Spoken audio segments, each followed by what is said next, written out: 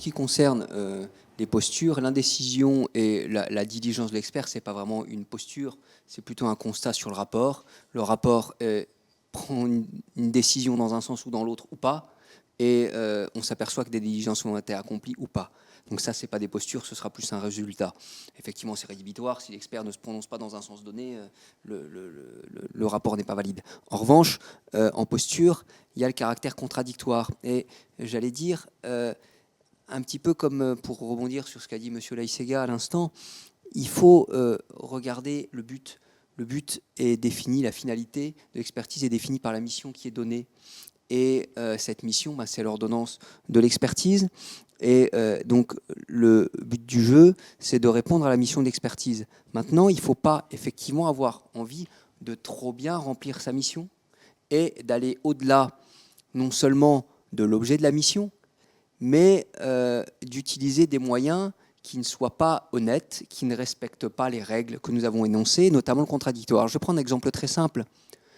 On imagine qu'on a des désordres qui sont à un endroit donné, et puis l'expert se dit, ah ben tiens, moi ce week-end, j'avais prévu d'aller à la plage à un tel endroit, donc je vais en profiter, c'est sur ma route, je vais faire un détour avec ma famille, on va montrer le truc.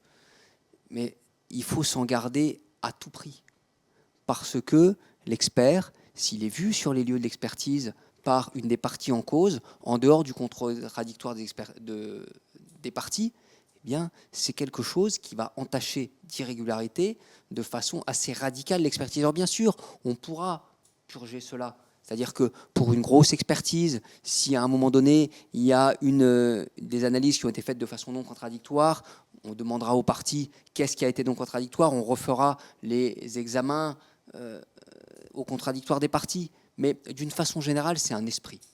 C'est-à-dire qu'il faut vraiment garder à l'esprit pour l'expert que le processus de l'expertise, le processus contradictoire, ce n'est pas seulement une contrainte procédurale, c'est le processus intellectuel qui permet d'une part à la vérité scientifique de se faire jour, mais c'est aussi à la vérité judiciaire, c'est-à-dire qu'il y a une dimension cathartique de l'opération d'expertise. Il faut que les parties à l'expertise puissent constater que l'expert respecte le contradictoire et n'aille pas effectuer des investigations en dehors du contradictoire des parties et sans respecter l'obligation de transparence qui est la sienne.